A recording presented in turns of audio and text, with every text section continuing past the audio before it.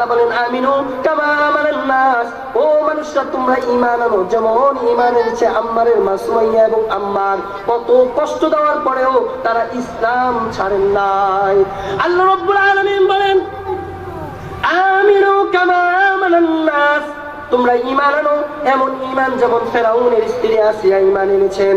একদিন আসিয়ার কাছে ফেরাউন এসে বলতেছে, আসিয়া তুমি কি জানো তোমার কাজের যে মহিলাটা ছিল তাকে, তার তিনজন মেয়ে ছিল, তার মেয়েকে হত্যা করে ফেলেছি, ওই মহিলাটাকেও হত্যা করে ফেলেছি। আসিয়া বললেন হ্যাঁ আমি জানি। ব্যাপার কি? আমি মাত্র হত্যা করে বাড়িতে আসলাম, এর মধ্যে তুমি খবর পাইলা কিভাবে? আসিয়া বলতেছেন ও আমার স্বামী, আপনি যে মহিলাটাকে হত্যা করেছেন, যে মহিলার মেয়েগুলাকে হত্যা করেছেন, এই মহিলার ঈমানের এত পাওয়ার ছিল, ওই মহিলার জান নেওয়ার জন্য আল্লাহ হাজার হাজার রহমতের ফেরেশতা ওই মহিলার জান নেওয়ার জন্য পাঠিয়ে দিয়েছেন। বলেন সুবহানাল্লাহ। আল্লাহ বলেন আমিনু কামা আমানান নাস, ঈমান আনো এমন ঈমান যেমন ফেরাউনের স্ত্রী আসিয়া এনেছে। ফেরাউনের স্ত্রী আসিয়া যখন এই কথা বলল, আল্লাহর কথা বলার পরে ফেরাউন বলল তুমিও কি তাহলে মুসার আল্লাহকে মানো?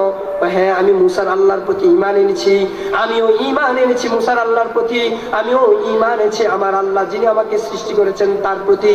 এই কথা বলার পরে ফেরাউন দৌড় দিয়ে হামানের কাছে যায়। হামানের কাছে যাওয়ার পরে হামানকে বলে এ হামান, ঘটনা তো উল্টে গেছে। ওই কি আমার স্ত্রীও নাকি আসিয়াও নাকি ঈমান এনেছে, এখন কি করা যায়? ওই যান তাকে বলেন, বুঝাইয়া বলেন সে ইসলাম যেন ছেড়ে দেয়। তাকে বুঝাইয়া বললো, আবার দৌড় দিল হামানের কাছে। আমি তাকে বুঝাইয়া বললাম কিন্তু সে আমার কোনো কথা শুনছে না। এই কথা বলার পরে বলেন তাকে বাঁধেন, দড়ি দিয়া বাঁধে। বাঁধার পরে হাত বাঁধলো, পাও বাঁধলো, বাঁধার পরে এভাবে শুরুতে চড়াইয়া রাখলো। চড়ানোর পরে বলতেছে এরপরও দেখি আসিয়ার মুখ থেকে আল্লাহ আল্লাহ শব্দ যায় না। তার হাতের মধ্যে পেরাক মারেন, দুই হাতের মধ্যে পেরাক মারেন, পায়ের মধ্যে পেরাক মারেন, পায়ের মধ্যে তার কাটা মাটা মারার পরে আটকে রইল সবাই হযরতে আসিয়া। এবার ফেরাউন দৌড় দিয়ে বলেন ও হামান, তুমি যেভাবে বললা তার দুই হাতের মধ্যে পেরাক মারলাম, দুই পায়ের মধ্যে পেরাক মারলাম, কিন্তু তার মুখ থেকে আল্লাহ আল্লাহ বলা শব্দটা বন্ধ হয় না। সুবহানাল্লাহ বলবেন না? বাড়িতে যাই বলবেন নাকি? বলেন সুবহানাল্লাহ। যখন ফেরাউন এই কথা বলল, হামান বুদ্ধি দেয়।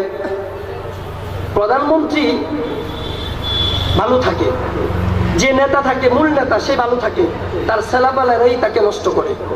যেমন ফেরাউন, কিন্তু আমরা ঘটনা জীবনী পড়ে বুঝি যে ফেরাউন প্রায় সময় ইসলাম কবুল করবে এই সময় হামানে যায় আর তার ভিতরে হিরালে, এরপরে সে ইসলামকে ছেড়ে দিয়েছে, গ্রহণ করে নেই। যখন ফেরাউন বললেন এ হামান, এত শাস্তি দেওয়ার পরও সেই আল্লাহ আল্লাহ বলা বন্ধ করে না, তাহলে এখন কি করতে হবে?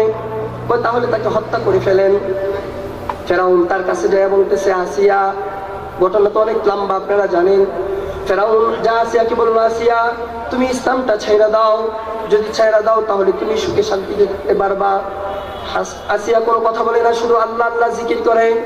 হামানের কাছে পরামর্শ চাইলেন হামান কি করা যায়। বেলেট দিয়া তার শরীরের চামড়াগুলো কেটে কেটে কেটে কেটে আলাদা করে দেন। বলেন নাউজুবিল্লাহ। ফেরাউন আসার পরে আসিয়ার শরীরের থেকে যতগুলো চামড়া ছিল বেলেট দিয়ে, গরু জবাই করার পরে চামড়া যেভাবে আমরা কসাইরা চামড়া উঠায়, ঠিক আসিয়ার শরীর থেকে ক্ষত বিক্ষত শরীর থেকে এরকম বেলেট দিয়ে আছে কেটে কেটে চামড়াগুলো আলাদা করে ফেলেছে। রক্ত ঝরছে, আসিয়া কান্না করছে।